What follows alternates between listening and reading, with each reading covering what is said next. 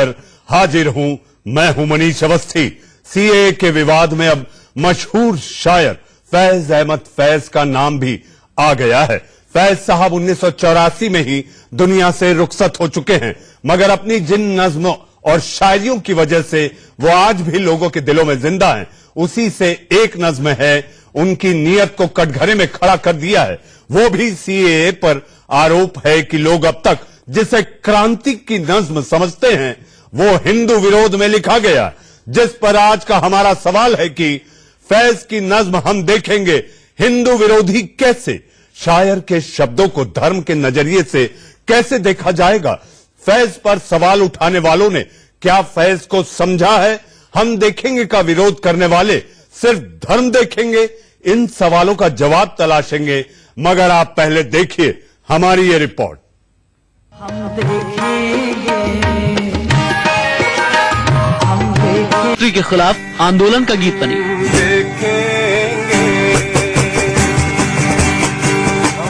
देखेंगे लाजिम है कि हम भी देखेंगे, हम देखेंगे लाजिम है कि हम भी देखेंगे। सीए के खिलाफ जामिया के छात्र जिसे विरोध का नगमा बना चुके हैं। लाजिम है कि हम भी देखेंगे, हम देखेंगे बस नाम रहेगा अल्लाह का, बस नाम रहेगा अल्लाह का, जो गायब भी है हाजिर भी, जो मंजर भी है नाज़िर। 17 दिसंबर को जामिया के छात्रों के समर्थन में प्रदर्शन करते हुए कानपुर आईआईटी में जब वही नज्म पढ़ी गई तो बवाल मच गया। बिठाए जाएंगे, पहले सफा मजूदे हरम मसनद पे बिठाए जाएंगे,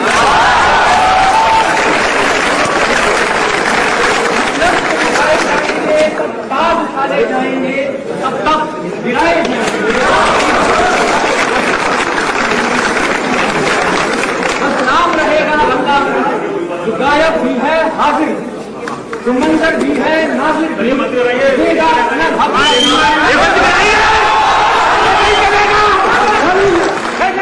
पहले विरोध करने वाले छात्रों ने नज्म को हिंदू विरोधी बताते हुए आईआईटी प्रशासन से शिकायत की और फिर आईआईटी के एक फैकल्टी डॉक्टर वासी शर्मा ने भी इसे हिंदू विरोधी बताते हुए डायरेक्टर को लिखित शिकायत की, जिसके बाद एक जांच कमेटी बनाई गई जो ये बताएगी कि फैज की नज्म हिंदू विरोधी है या नहीं। सारी शिकायतें कि वहां पर कोई नारे लगे थे कि नहीं लगे थे, कोई भड़काऊ भाषण हुए थे कि नहीं हुए थे, आपकी संतुष्टि हो गई कि नहीं? आपको बता दिया जांच चल रही है, जब जांच के निष्कर्ष आ जाएंगे आपसे शेयर किए जाएंगे। बस दोषियों पर कार्रवाई होगी, जिन्होंने दोषियों पर सख्त कार्रवाई होगी, लेकिन जांच के निष्कर्षों के बाद। सवाल क्यों खड़े हुए, इसके लिए फैज की वो नज्म देखिए जो उन्होंने 1979 में पाकिस्तान के सैन्य शासक जियाउल हक की तानाशाह हुकूमत के खिलाफ लिखी थी। हम देखेंगे, लाजिम है कि हम भी देखेंगे वो दिन के जिसका वादा है जो लौहे अजल में लिखा है, जब जुल्मों सितम के कोहे गरा रूई की तरह उड़ जाएंगे। हम देखेंगे, लाजिम है कि हम भी देखेंगे। हम महकूमों के पांव तले जब धरती धड़ धड़ धड़केगी और अहले हकम के सर ऊपर जब बिजली कड़कड़ कड़केगी, जब अर्ज़े खुदा के काबे से सब बुत उठवाए जाएंगे, हम अहले सफा मरदूदे हरम मसनद पे बिठाए जाएंगे, सब ताज उछाले जाएंगे, सब तख्त गिराए जाएंगे। बस नाम रहेगा अल्लाह का, जो गायब भी है हाजिर भी, जो मंजर भी है नाजिर भी। उठेगा अनल हक का नारा, जो मैं भी हूँ और तुम भी हो, और राज करेगी खल्के खुदा, जो मैं भी हूँ और तुम भी हो। हम देखेंगे, लाजिम है कि हम भी देखेंगे। मगर नज्म में सब बुत उठवाए जाएंगे और बस नाम रहेगा अल्लाह का वाली दो लाइनों को हिंदू विरोधी बताया जा रहा है, जबकि अब तक ये समझा जाता रहा कि शायर ने तानाशाह के हुक्मरानों को बुत और आम जनता के लिए अल्लाह लिखा था। फैज उसकी किसी बात को या उसके शेर को एंटी हिंदू कहा जाए, ये मतलब इतना अब्सर्ड और फनी है कि इस पे सीरियसली बात करना थोड़ा मुश्किल है। फैज अहमद फैज जो एक समझिए जो हिंदुस्तान में अनडिवाइडेड इंडिया में प्रोग्रेसिव राइटर्स मूवमेंट हुआ था, उसके एक लीडिंग स्टार।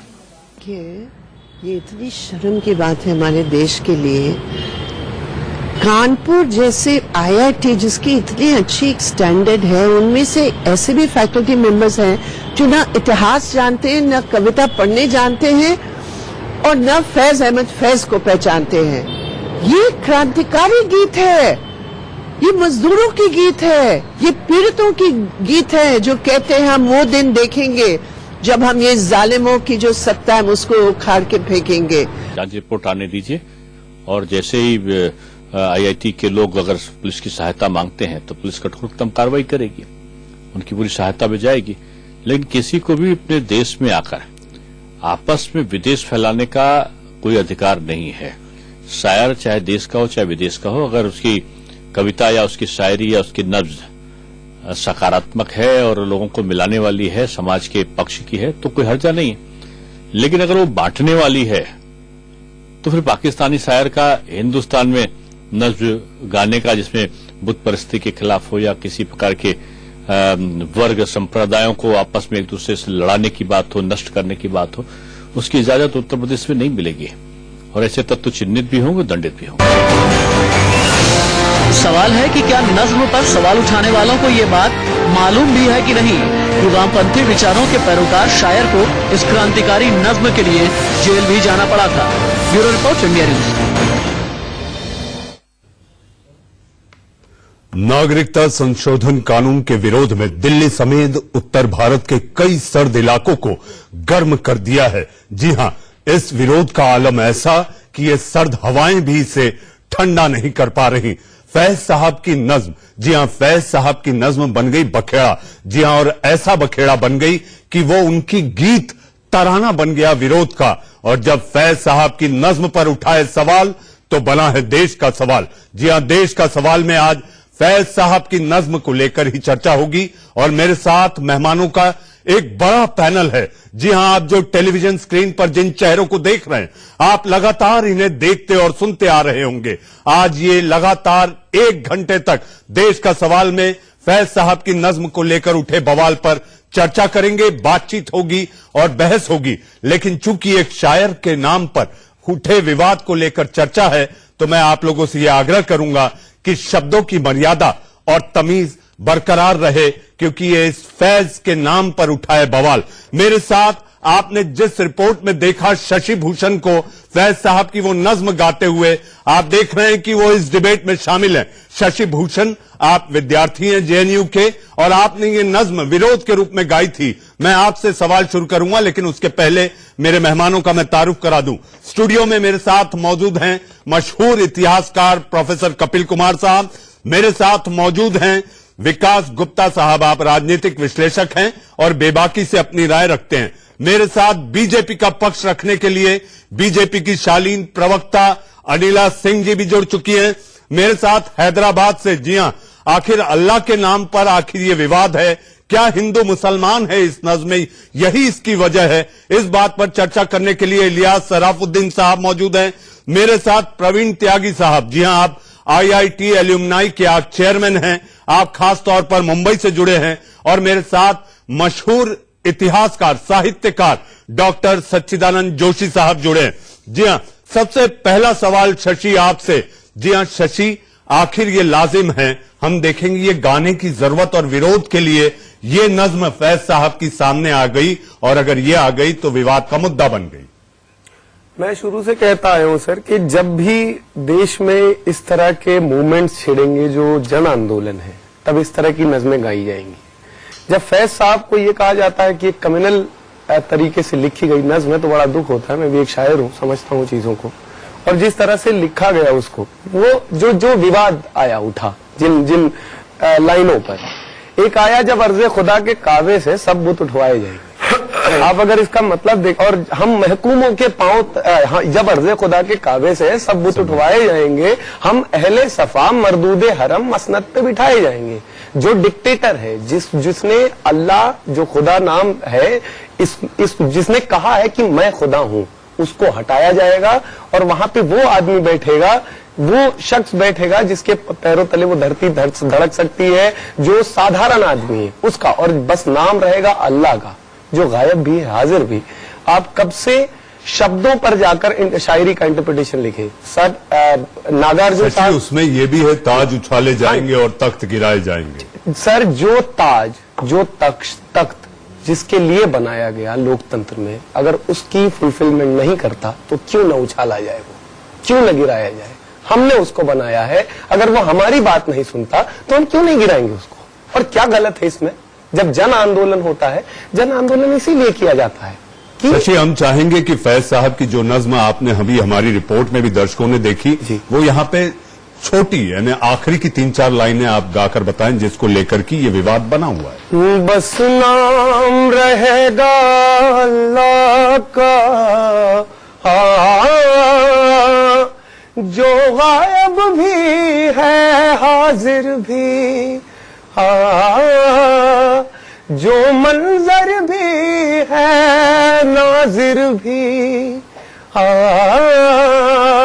उठेगा अनल हक का नारा, जो मैं भी हूं और तुम भी हो, और राज करेगी खल्के खुदा, जो मैं भी हूं और तुम भी हो, हम देखेंगे।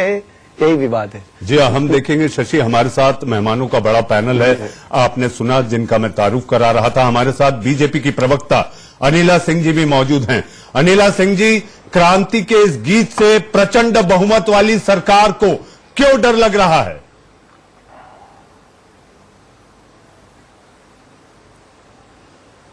ऐसा है कि भारतवर्ष को किसी से भी डर नहीं लगता, और जब भारतीय जनता पार्टी का विषय आता है तो भारतीय जनता पार्टी जिसके नाम में ही भारतीय हो, जिसके नाम में ही भारत हो, तो आपको लगता है कि हम किसी से डरने वाले हैं? अगर भारत किसी से डरता तो शायद अपना अस्तित्व जो है वो हजारों साल पहले ही खो उठता। तो सीधी सी बात है कि ये IIT हो, जामिया हो, अलीगढ़ मुस्लिम यूनिवर्सिटी हो, कोई भी इस प्रकार के एजुकेशनल इंस्टीट्यूट हो, वहां पे बच्चों को पढ़ने के लिए भेजा जाता है, राजनीति करने के लिए नहीं भेजा जाता है। दूसरी बात, आपके पैनल पर भी बैठे हैं और ऐसे बहुत सारे छात्र हैं, मुझे समझ में नहीं आता किस रूप में ये छात्र हैं, और बात करते हैं डिक्टेटरशिप की।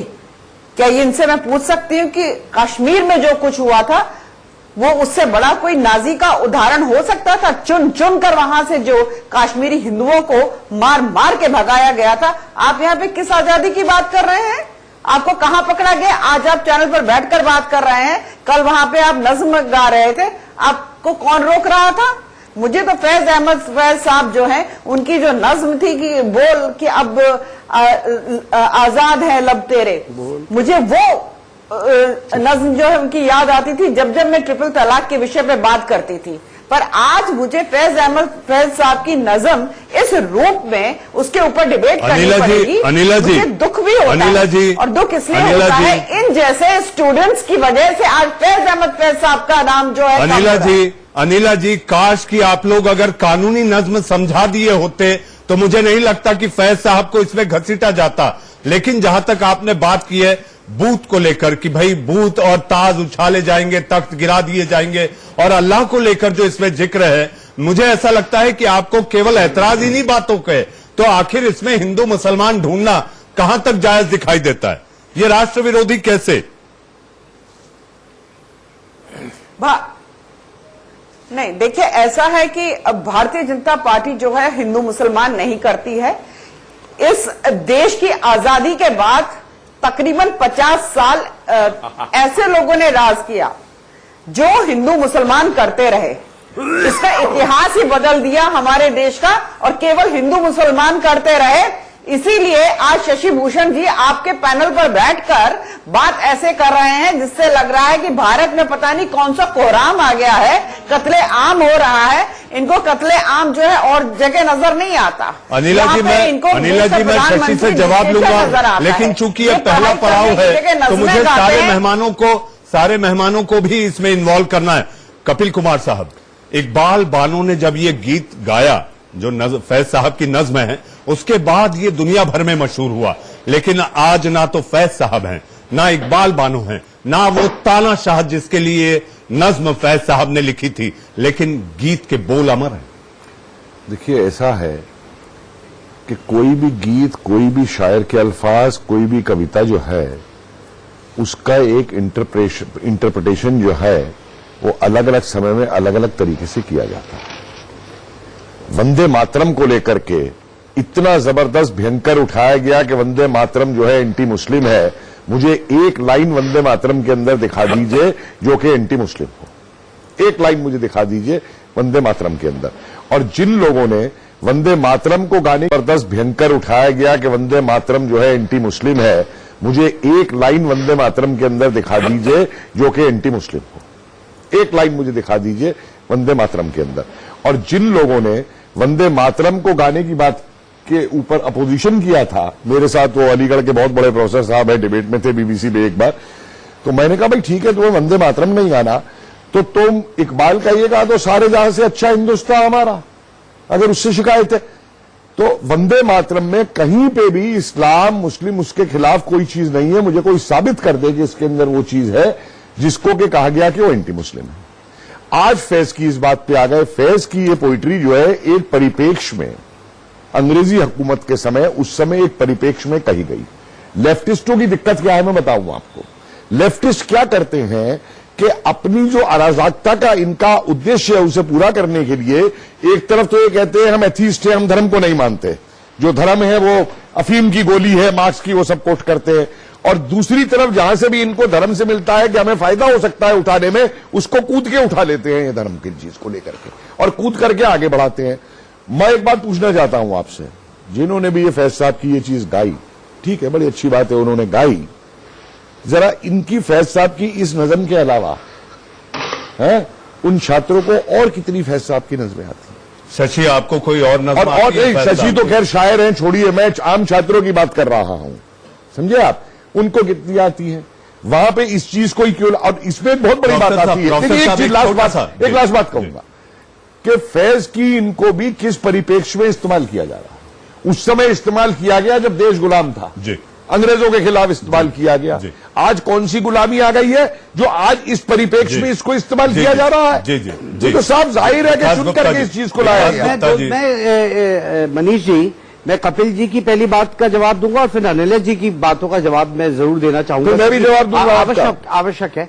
कपिल जी ने कहा कि ये लेफ्टिस्ट हैं। मैं ना लेफ्टिस्ट को सपोर्ट कर रहा ना किसी बात को। मैं एक बात स्पष्ट कर देना चाहता हूं मनीष जी, कि वो लाल किले पे हो, मंडी हाउस पे हो, आईआईटी में हो, मुंबई आईआईटी में हो, मुंबई मैदान में हो, या आपके जंतर मंतर पे हो, जो स्टूडेंट प्रोटेस्ट हुए हैं वो नॉन पॉलिटिकल स्टूडेंट प्रोटेस्ट हुए। पहली बात, एक आप सुनिए, आप नॉन पॉलिटिकल, तभी राहुल गांधी सपोर्ट करते हैं। मुझे आप अपनी बात कहनी, तभी राहुल गांधी सपोर्ट करते हैं, नॉन पॉलिटिकल। मैं आपको ये भी राजा जाके सपोर्ट करता है, मंडी हाउस आप जंतर मंतर जाते तो आपको दिखता कि छात्रों में, नॉन मुस्लिम छात्रों ने इसका ज्यादा विरोध किया है। ये सबसे महत्वपूर्ण बात है कि जंतर मंतर पे, मंडी हाउस पे नॉन मुस्लिम मुस्लिम में आप डिवाइस कर रहे हैं। दूसरी बात, और 3 मेहमान है मेरे साथ, और 3 मेहमान है,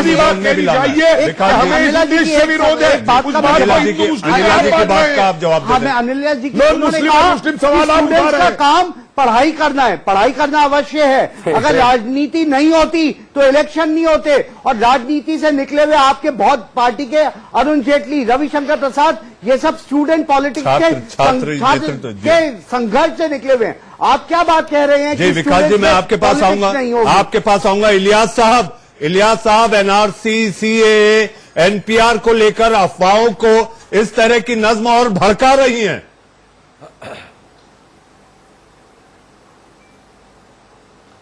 मनीष, मैं 2 बातें कहना चाहूंगा। पहली बात तो ये कि फैज अहमद फैज का इस्लामिक आइडियोलॉजी से बहुत ज्यादा कोई लेना देना नहीं था। वो कम्युनिस्ट और सोशलिस्ट आइडियोलॉजी के आदमी थे, इसीलिए उनके अल्फाज में बाज कई बार गैर इस्लामी चीजें भी मिल जाती है, इस नज़म में भी मिल जाएगी।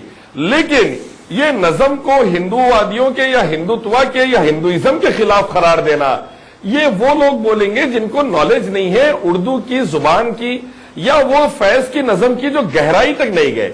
ये अंग्रेजों के खिलाफ लिखी नहीं गई थी, जियाउल हक के खिलाफ लिखी गई थी। मेरे जो भाई बैठे हैं जरा सा पहले नॉलेज करेक्ट कर ले, जियाउल हक के खिलाफ लिखी गई थी और जियाउल हक ने उनको जेल में डलवाया था। तो आज भी जियाउल हक के जैसे कोई मिलते जुलते नेता हमारे पास है क्या, उसके तहत ये गाई जा रही क्या, वो चेक कर लेना चाहिए। वंदे मातरम के बारे में मैं बता दूं कि इस्लाम के खिलाफ इस तरीके से है कि अल्लाह ने हुक्म दिया उसके अलावा किसी को सिजदा ना करे, और वंदे मातरम में धरती को सिजदा है, और ये इस्लाम के बेसिक टेनेंट के खिलाफ है। इसलिए हम कहते हैं कि इस्लाम के खिलाफ है, इसलिए हम आपसे इलियास साहब मेरा सवाल ये भी रहेगा कि एक जो डर फैलाया जा रहा था सीएए को लेकर कि ये मुसलमान विरोधी है, नागरिकता छिन जाएगी, तो क्या ये नज्म को भी उसी की आड़ में आगे बढ़ाने की एक कोशिश है? ईश्वर की पूजा करनी चाहिए, धरती की, सूरज चांद तारों की नहीं करना चाहिए, वेदा गीता के खिलाफ है। जी मैं आपके पास आऊंगा इलियास साहब। Doctor Sachchidanand Joshi, chapter 112 verse 1 पढ़ लीजिए। इलियास साहब I will come back to you doctor Joshi. Doctor Joshi, कई शायरों को जो फैज साहब की नज्म को लेकर विवाद और बखेड़ा खड़ा हो गया है, ये नागवार गुजर रहा है, चाहे वो जावेद अख्तर हो, मुनव्वर राणा हो, ये गले के नीचे नहीं उतर रही उनके बाद कि ये मुसलमानों और हिंदुओं के बीच में फासला पैदा करती है ये नज्म, या राष्ट्र विरोधी है? डॉक्टर जोशी जी देखिए, ऐसा है कि जो नज्म है वो जिस समय, जैसा कि अभी इलियास साहब ने भी कहा, 1979 में जियाउल हक साहब के खिलाफ, चूंकि वो तानाशाह थे और उनके खिलाफ ये नज्म थी, उस वक्त वो मौजू भी थी, उस वक्त उन्होंने गाई। किस परिप्रेक्ष्य में कब गाई जा रही है और क्यों गाई जा रही है, ये समझने की जरूरत है।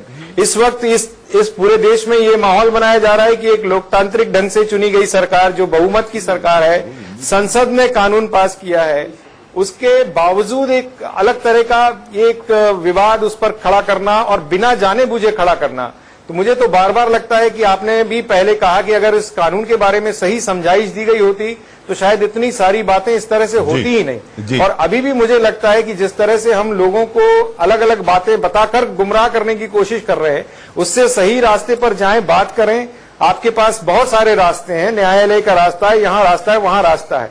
डॉक्टर जोशी, एक छोटा सा सवाल, डॉक्टर जोशी फिर मुझे ब्रेक पर जाना है, एक छोटा सा सवाल है आपसे, और सवाल ये कि जो समिति आईआईटी की जांच कर रही है इस पूरे मसले को, आपको लगता है फैज साहब की नज्म को लेकर उनकी अंडरस्टैंडिंग होगी क्या? जो लोग जांच में हैं, अगर वो ये कह देंगे कि ये नज्म गलत है, ये नज्म हिंदू मुसलमान भड़काती है, ये देश विरोधी है, तो आपको लगता है कि वो अंडरस्टैंडिंग उन लोगों के पास है जिनके पास ये जांच का जिम्मा है? डॉक्टर जोशी, नहीं, वो सिर्फ बात नज्म की नहीं है ना। मेरा कहना क्या है कि बात नज्म की नहीं है, बात नज्म के साथ साथ अगर वहां कुछ और माहौल पैदा किया गया, कुछ नारे लगाए गए, ये तमाम चीजों की भी तो वहां पर जांच होगी। ये सारी बातें देखिए, सिर्फ नज्म नहीं है, नज्म के साथ वो जो पूरा माहौल बनता है, उस माहौल की बात की जा रही है।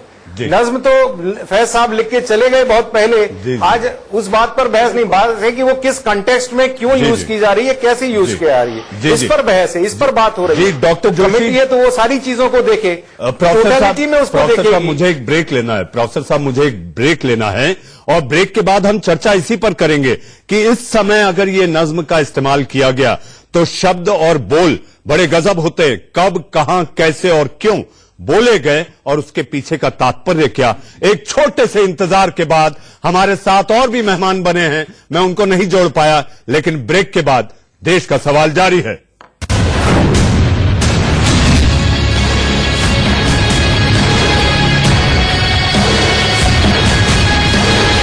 पीएम का कांग्रेस पर में फिर एक बार आपका स्वागत है। जी हां, ब्रेक के पहले मैंने जिन मेहमानों से आपका तारुफ कराया, उनकी राय आपने सुनी। मेरे साथ एक और मेहमान है, जी हां, प्रवीण त्यागी जी, आप आईआईटी के एलुमनाई के आप चेयरमैन हैं। प्रवीण साहब, आखिर शिक्षा के वो संस्थान सियासत का अड्डा बनते दिख रहे हैं, और वो भी ऐसा अड्डा कि सरकार सीधा आरोप लगा रही है कि यहां से सियासत जो चल रही है वो जहर और नफरत फैलाने वाली सियासत है। प्रवीण जी। जी देखिए, जो माहौल इस वक्त देश में बना हुआ है बहुत ही दुर्भाग्यपूर्ण है कि हमारे नेता, हमारे लीडर्स, वो चाहे किसी भी पॉलिटिकल पार्टी के हों, पब्लिक को क्लैरिटी के बजाय बरगला रहे हैं, कंफ्यूज कर रहे हैं। किसी भी इंस्टीट्यूट में कोई भी छात्र जो पढ़ रहा है, एक इंसान का लीडर्स, वो चाहे किसी भी पॉलिटिकल पार्टी के हों, पब्लिक को क्लैरिटी के बजाय बरगला रहे हैं, कंफ्यूज कर रहे हैं। किसी भी इंस्टीट्यूट में कोई भी छात्र जो पढ़ रहा है, एक इंसान का दूसरे इंसान से एक रिश्ता है, एक स्टूडेंट का दूसरे स्टूडेंट से एक रिश्ता है। लेकिन कुछ बच्चों को कुछ एक कविता या नज्म पढ़ने से ये लेबल कर देना कि आईआईटी खिलाफ हो गया है या वहां आवाज उठ गई है, कोई आंदोलन आ गया है, ऐसा ठीक नहीं है। कुछ बच्चों ने अपनी बात रखी, उन्होंने एक कविता पढ़ी, एक शायरी पढ़ी, एक शायर, बहुत बड़े शायर हैं, उन्होंने, हिंदुओं में भी ये कह दिया जाता है कि भाई सदा तो राम का नाम रहता है, उन्होंने भी कुछ ऐसा लिखा हुआ है। उसका कॉन्टेक्स्ट हिंदू मुस्लिम एकता को खत्म करना। आप इसे गलत नहीं मानते प्रवीण जी? आप इसे गलत नहीं मानते? मैं इस प्रोटेस्ट के खिलाफ हूं कि ये जो प्रोटेस्ट हो रही है ये गलत है, लेकिन वो जो नज्म है उसको बदनाम न किया जाए। वो एक आइसोलेशन में आपने डिप्लोमेटिक लाइन रखी है प्रवीण जी। नजरिए से देखा प्रवीण जी, आपका जवाब बड़ा डिप्लोमेटिक है। मैं जवाब देता हूं, मैं हूं और मेरा एक बचपन का दोस्त है अख्तर अली, जो गांव में मुसलमान है, और हम दोनों बचपन से साथ पले बड़े हैं और हम दोनों में शायद वो डिप्लोमेटिक लाइन इनहेरेंटली रही है। हम एक दूसरे के समाज, हम एक दूसरे के धर्म का रिस्पेक्ट करते हैं और मुझे इसमें कुछ गलत नजर नहीं आता। पूरे देश को बंटने की जरूरत नहीं है। हिंदू हिंदू रहे, मुसलमान मुसलमान रहे और सारे धर्म एक साथ मिलकर जिए इस देश में, उसमें डिप्लोमेसी नहीं, वही इस देश का कैरेक्टर है। वही सबको समझना है, अपनी अपनी बात रखिए, लेकिन उस बात को लेकिन सियासत का हथियार न बनाना। इसी बात को लेकर मचा है बवाल। अनिला जी, आपने तमाम मेहमानों को सुना। जी हाँ, पैनल इतना बड़ा है, एक एक की राय लेते लेते एक ब्रेक हो गया और अब ब्रेक के बाद इस राय पर लोग पहुंच रहे हैं कि भाई प्रवीण त्यागी को आपने सुना, ये आईआईटी का एलुमनाई चलाते हैं, इनको कुछ गलत नहीं दिख रहा। आपको क्या लगता है, सरकार की अंडरस्टैंडिंग, आईआईटी की अंडरस्टैंडिंग कमजोर है और लोकतंत्र में क्या बोलने की आजादी पर यह खतरा मंडरा रहा है? नहीं, हमारे देश में तो लोकतंत्र की जो आजादी मिली हुई है, संविधान ने जो राइट टू स्पीच दिया हुआ है, उसका इस्तेमाल करते हुए जिसका जो मन आता है वो बोल देता है। ये जो आज हम बहस कर रहे हैं और अलग अलग मीडिया प्लेटफॉर्म पे लगातार ये बहस हो रही है कि ये जो फैज अहमद फैज साहब की जो ये नज्म है, क्या ये हिंदू विरोधी है, क्या ये राष्ट्र विरोधी है? देखिए, अभी प्रवीण जी ने भी कहा, विकास जी ने भी कुछ बोला और जो हैदराबाद से हमारे पैनलिस्ट बैठे हुए हैं, एक बार इलियासी साहब, उन्होंने भी कुछ बोला, सॉरी इलियास साहब, उन्होंने भी कुछ बोला। मैं केवल इतना कहना चाहती हूं, जैसे मैंने शुरुआत में कहा कि कुछ बात तो है हमारी कि हमारी हस्ती मिटती नहीं। हिंदुओं की अगर मैं बात करती हूं, सनातन धर्म की अगर मैं बात करती हूं, तो हजारों साल की जो हमारी गुलामी रही, उसके बाद भी कोई मिटा नहीं सकता। तो ना तो भारत मिट सकता है, ना हिंदू धर्म मिट सकता है, परंतु माहौल जो चल रहा है पूरे देश में, हमें अच्छी तरीके से पता है कि जो ये नस्ल पड़ी गई है, छोटा सा सवाल है, वहां पर कल्चरल, एक सेकंड मनीष जी, 10 सेकंड दे दीजिए, मनीष जी 10 सेकंड दे दीजिए। अभी ये कहा जा रहा है कि बच्चे आए, उन्होंने नज्म पढ़ी, उसको उसी नजरिए से देखते। जी हाँ, ये स्टूडेंट्स आते, नज्म पढ़ते, अगर कोई कल्चरल प्रोग्राम होता हम भी बहुत तारीफ करते, वाह भी वाह। पर माहौल जो चल रहा है, जो हमने जामिया के स्टूडेंट्स का भी वहां पे साथ लिया जा रहा है और अब उनकी हामी वहां पे दिखाई जा रही है कि हम अगेंस्ट हैं। सीएए के अगेंस्ट है। आप पढ़े लिखे लोग हो, आप अच्छी तरीके से जानते हो सीएए क्या होता है। अगर आप जानबूझकर ये नज्म का इस्तेमाल कर रहे हो, अगर आप बताते हो कि इस देश आप लोग जानबूझकर इस्तेमाल कर रहे हैं, आप लोगों को उकसाया जा रहा है, आप लोगों को भड़काया जा रहा है। कौन है आप लोगों के पीछे जो इस तरह से उकसा रहा है? अरे सर, स्टूडेंट्स के पीछे कौन होता है सर? स्टूडेंट्स के पीछे टीचर होता है, और वो स्टूडेंट होता है, उसकी एक विचारधारा होती है जो पढ़ने लिखने से। तो आपको टीचर बरगला रहे हैं? आपको टीचर बरगला रहे हैं? शशि, आप बताइए कौन है जो आपको इस तरह से मजबूर कर रहा है कि ये क्रांतिकारी गीत गाया जाए? देश का जो माहौल है सर, देश का माहौल आज जिस तरह से कम्युनल किया गया है, उसी के परिप्रेक्ष्य में आज हम यहाँ की बात कर रहे हैं। फैज, आज हमारी जो बाबा नागार्जुन की कविता है ओम, और वो कैसे ओम हर तरह से, अगर उससे आप ओम को पढ़ेंगे तो आपको लगेगा कि किस तरह की सरकार को, धर्म को क्रिटिक करते हुए वो नज्म लिखी गई, लेकिन ओम है उसका टाइटल। मनीष जी, ओम नाम से ये नहीं होता है कि वो भगवान के लिए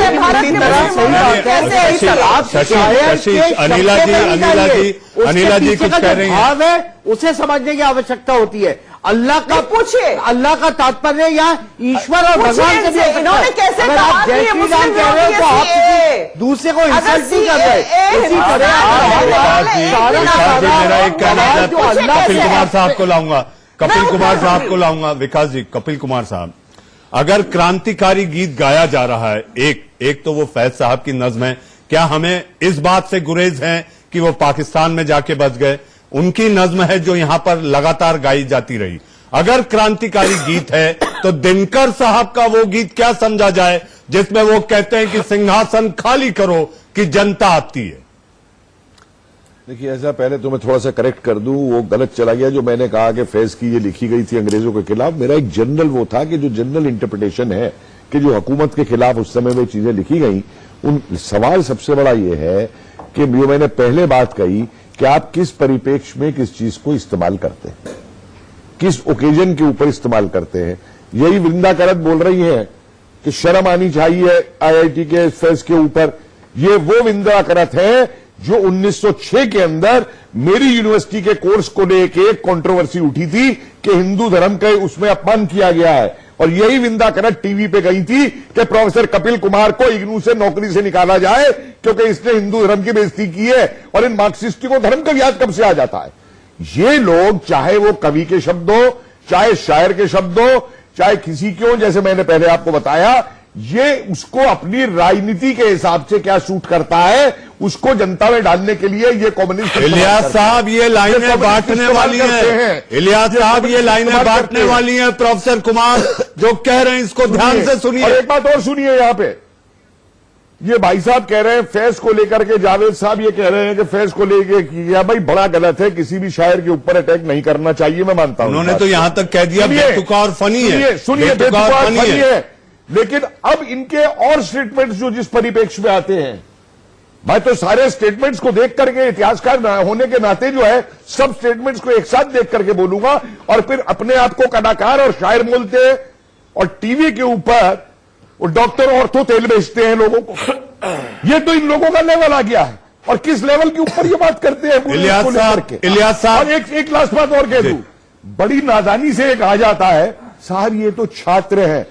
अरे ये कोई प्राइमरी स्कूल के छात्र नहीं है या किंडरगार्टन के छात्र नहीं है, सारे बालिग हैं, और इलियास साहब, राजनीतिक दल है, हर राजनीतिक दल का बनाया हुआ छात्र संगठन है। ये कैसे कह दिया जाता है इलियास साहब जो राजनीतिक दल में इलियास जनपद से आता है, मुनव्वर राणा मशहूर शायर, वो ये करते हैं। कपिल प्रोफेसर साहब, मुनव्वर राणा ने क्या कहा, उन्होंने किस तरह से ये जो विरोध हो रहा है, जिस तरह से फैज साहब को घसीटा गया, मुझे ऐसा लगता है कि उनको ये लग रहा है कि साहित्य और नज्म पर कुठाराघात है। मुनव्वर साहब ने क्या कहा सुनाते हैं। जी हाँ, आप कवि के कैरेक्टर को, कवि की लेखनी को इस मामूली से आईटीआई में उसको देखेंगे। हाँ, मैं इसकी इजाजत नहीं सकती। इसका फैसला जब करेंगे तो गालिब और मीर, तुलसी और कबीर के जो खानवादे के लोग हैं, उनके जो कुनबे के लोग हैं, उनके जो परिवार के लोग हैं, हमारा उनसे रिश्ता है, हम फैसला करेंगे। आप कवि के कैरेक्टर को, कवि की लेखनी को इस मामूली से आईटीआई में उसको देखेंगे।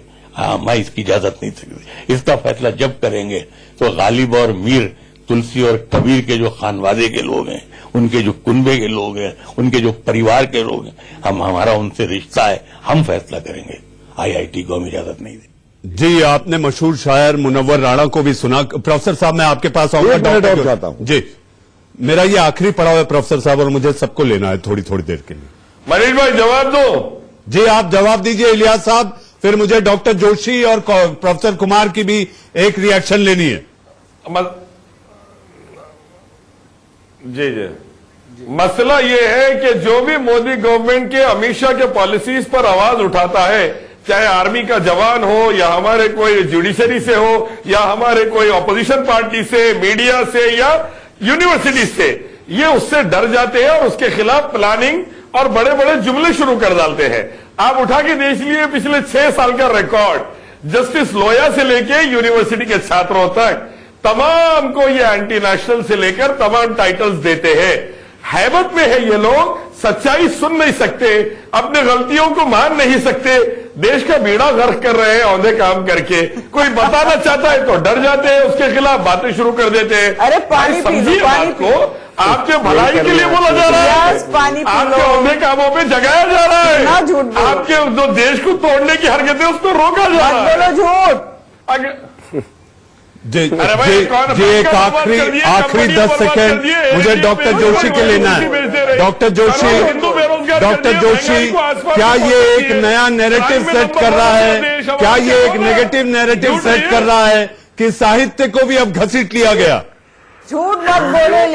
ये बिल्कुल, ये बहुत ही दुखद और बहुत ही शर्मनाक है। मैं ये कहना चाहता हूं, हम एक लोकतांत्रिक रूप से चुनी गई सरकार और संसद का किस तरह अपमान कर रहे हैं। संसद ने कानून पारित किया है और आप उसको तानाशाही बता रहे हैं। ये तो एक बहुत ही सरासर एक नाइंसाफी है। हम थोड़ा तो रैशनल सोचे। आपका पर्सनल बोर्ड तय करेगा कि बिल सही क्या है, आपकी शरीयत तय करेगी सही बिल क्या है, आपकी शरीयत तय करेगी कि सही बिल क्या है, आपका पर्सनल बोर्ड तय करेगा कि सही बिल क्या है। भारत की संसद सही नहीं है, आप सही है। आप भारत की संसद सही नहीं है, आप सही है। प्रोफेसर साहब इलियास साहब, जी हाँ, मेरे देश का सवाल का ये आखिरी पड़ाव था जिसमें आपने अपनी अपनी राय रखी। ये आखिरी पड़ाव में आपने अपनी अपनी राय रखी। मुझे अब देश का सवाल खत्म करना है। जी हाँ, बुद्ध का मतलब जितना मैं जानता हूं होता है चुप। जी हाँ, बुद्ध का मतलब अगर चुप है तो सियासत को देखिए आप, साहित्य को दबोच लेती है।